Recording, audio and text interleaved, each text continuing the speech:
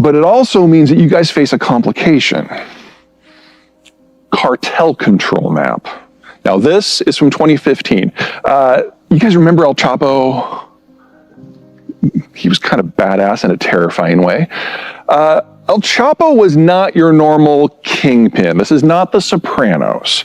He didn't run a mob boss operation. He kind of ran a Korean-style conglomerate.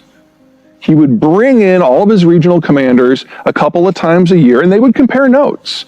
And he would lay down a few basic laws. You know, don't engage in petty crime, don't steal widowers' pension checks, don't mug people. We are drug smugglers. Focus on our core competency. And if you want to branch out, you have to clear it with me first.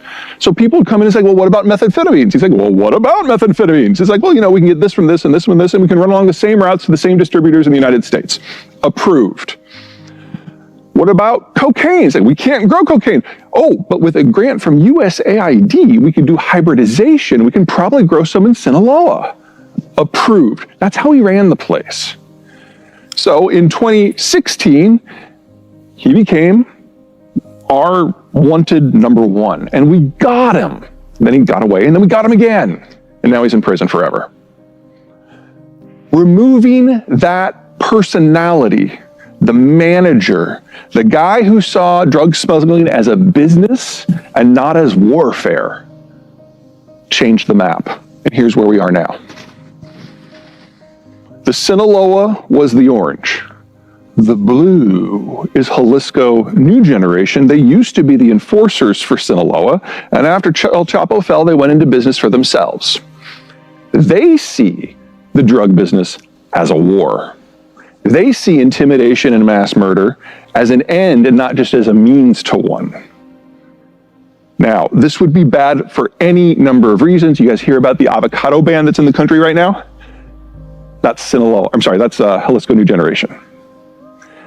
They've expanded into parallel industries, agriculture, transport, tourism, local government, and they are the single biggest organized crime group in the world right now.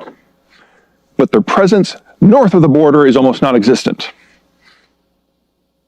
But here are the plazas. You'll notice that they are now all split authority. Jalisco New Generation is challenging each pre-existing crime structure to get control of the plazas. American strategic policy on the drug war has kind of an echo of American strategic policy on Afghanistan. When we were in Afghanistan, if we saw two jihadist groups going at it, green on green action, we'd let them go. Not a problem for us. That's kind of how we've thought of the cartel wars. But if Jalisco New Generation gets control of a plaza, today Sinaloa, El Chapo's group, is the single largest crime group in the United States. Single largest. If Jalisco New Generation brings the Mexican drug war north of the border, we have a very different problem. And it's not a problem that law enforcement on this side of the border can solve. So whether you're looking at this from a demographic point of view, a drug point of view, a civil authority point of view, a strategic point of view, this is your next war. We haven't thought about how to fight it yet.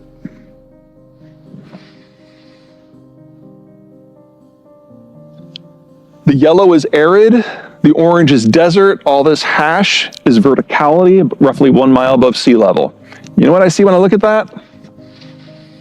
Empty spaces, rugged terrain, dry terrain, an unsecurable border. This is Afghanistan. The same tool set that we use there, we're probably going to have to use in northern Mexico.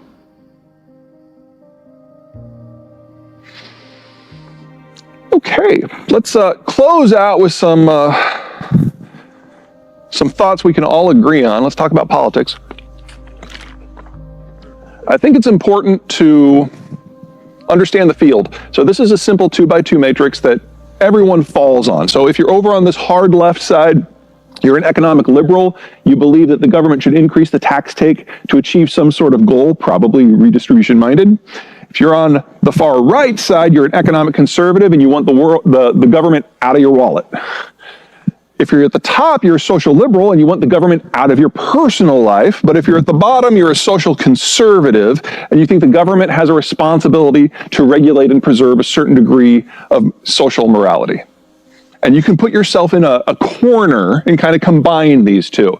So if you are a social liberal and an economic liberal, the top left corner, you think that the government should confiscate all private property and use that money to give us all government-issued gunny sacks so that we can sing Kumbaya and all look the same.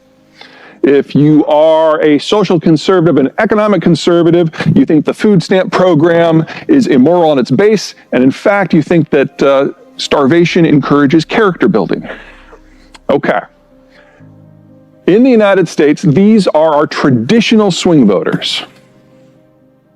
Social conservatives, economic liberals. Here's the traditional Democratic Alliance as we understand it.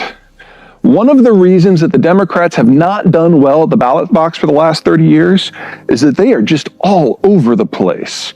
Different factions believe in different things, and any political candidate who tries to run on the issues, Hillary Clinton, Michael Dukakis, they're going to offend at least one faction by saying something that just makes them beyond consideration. And those people don't show up to vote. But the Republican coalition is a lot tighter, and for the most part, their issues don't overlap. So they're a more reliable bloc, even though it's a smaller number of voters. Okay, everybody got that? I'm gonna put up everybody at the same time. What has happened with the Trump revolution is that one faction of the Republican coalition, whoa, totally out of control. Okay, here's you guys right in the middle. You try to kind of stay out of the economic and the social arguments when you can. Don't blame you. With the Trump revolution, one specific faction, the populists, has risen to prominence. Now, this is a group that the Republicans traditionally treated as a vote bank and didn't let into the room when the decisions were being made. That obviously is not working for them anymore. And they've risen to be the single largest voting bloc in the United States today. Based on whose number you're looking at, Trump brought in somewhere between 11 and 20 million voters who had not participated in the last half dozen elections, and has turned them into a powerful voting bloc, and they will not go back. But for every person he brought in, he drove someone away. The business community clashed with Donald Trump for any number of reasons. The fiscal conservatives hate his budget policy, and the national security community had the annoying tendency of telling him when he was wrong. As a result, he melon-scooped these three factions out of the Republican Party. They're barely represented in Congress, they were gone from his administration by year 3, and they are no longer represented in the Republican Party national hierarchy at all. 2 weeks ago Friday, this boiled up into public mind when the Republican National Committee condemned and expelled Kissinger and Cheney from the party properly. And the response from Congress was thin. Only a half a dozen Republican legislators objected. It's because they've already lost. The party's already changed. Now, Trump did succeed